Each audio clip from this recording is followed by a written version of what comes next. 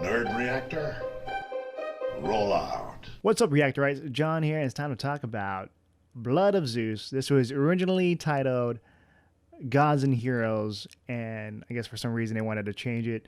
This kind of reminds me of Ubisoft when they wanted their game to be called Gods and Monsters, but that changed into Phoenix Dark Rising or something like that. But the point is, different names now. So this one's Blood of Zeus, and with this one, it's done by Powerhouse Animation, who also helped with the animation for the Castlevania stuff. So there are similarities with the style. Like some of the characters have that Castlevania look. And with this one, this is dealing with Greek mythology and Zeus. And you have a character named Heron, who is more than what he is.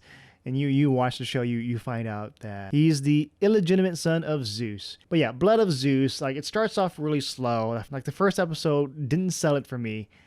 But then, watching more of it, learning more about the different characters and then the actual, the gods, like once it starts to focus more on the god storyline, the drama that deals with them and how they interact with the humans, the mortals, and how they shape the mortals' future, and just by being around, they're making things worse for the humans. Finally, we have a show about Greek mythology focusing on the gods, and we usually there's a lot of like popular Greek mythology shows where we really don't get that. It's focusing on other characters. For example, Hercules, the legendary journey. It's Hercules, and then the gods are in the background. They're there, but they're not the main focal point. And then Xena. And also, like, for a certain extent, Wonder Woman, she, she's the main character, and all these other characters, they're kind of in the background, or they are the main villain, but they don't have a lot of screen time. So here, even though Heron is the main character, he's the son of Zeus, this is pretty much a Zeus story and the gods, Zeus and Hera.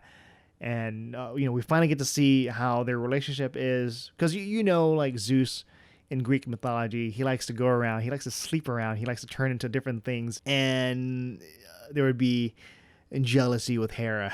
And so here we get to see that on a show. What would happen if Zeus is sleeping around and Hera, she's not too happy about that, and so that her jealousy gets in the way, and for good reasons, because this is your husband, but also your brother, and he's going around and he's making babies.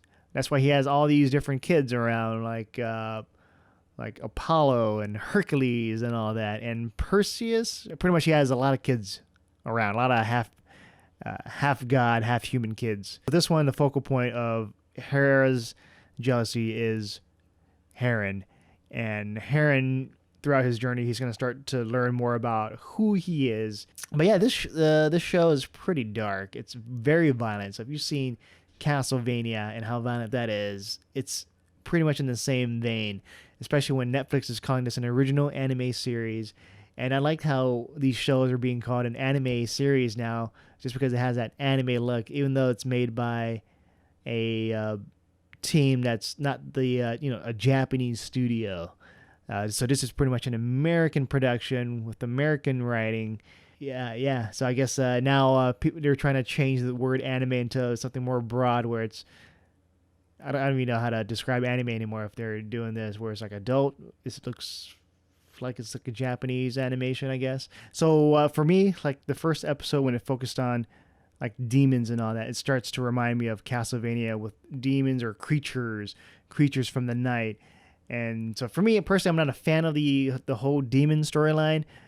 So once it started to focus more on the gods and further away from the demon stuff, like the demon stuff's still there throughout, but more on the gods and the drama that happens with the gods. That's what gets me hooked in this series about Greek mythology, because demons, you can get that stuff with other shows like Supernatural, where they're fighting demons and all that. I don't want that to be the focus on a show about Greek mythology. And so we do get all kinds of stuff like different gods. We also have the giants and just blood and guts and all that comes with that. And there are other gods that you get to see, like for example Hermes, Apollo, Poseidon, Aphrodite, Hera, and it's really cool to see them there. And I like Greek mythology, and I like just seeing more of that. And this is there are 8 episodes for this season. It's pretty self-contained. There are hints where they're trying to hint like, oh, there could be a season 2, depending on how well season 1 does. So I'm looking forward to. I'm hoping to see more of that. Like, I want to see a second season of this show. And I think out of all the characters, my favorite character is Zeus. Surprisingly, Zeus is my favorite character in the show, just because he's the most fallible. Even though he's a god, he's the king of the gods, the god of thunder and lightning. He is still, like, these stories all about how human they are, and how they make mistakes. Like, even though they have altars and that, people are praying to them like they're gods, but they're just like you and me, and sometimes even worse, because they have powers, and so they can really take advantage. They can shapeshift and all that, and so the things they do will really mess things up for people, for humans. The thing that I really love about this show is how, because if you read, throughout, like, Greek mythology, how their actions have consequences, especially the Iliad, Troy, and all that. You have two sides fighting. You got influences from the gods. So with Blood of Zeus, there are definitely influences from the gods. They're interfering with the mortal lives, and because of that, there is drama that arises from it. They captured Greek mythology of just these beings, super beings, just interfering, and that's what I really like about it. So I guess in closing with Blood of Zeus is a show that really captures Greek mythology with the gods interfering. It's bloody, it's violent, and it shows that gods are fallible and human, and you can relate to them.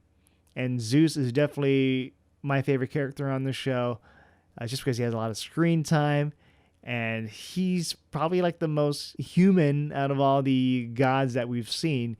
And that's why I like him as a character. So yeah, those are my thoughts for Blood of Zeus. With that said, I'm John, and I'll see you guys next time.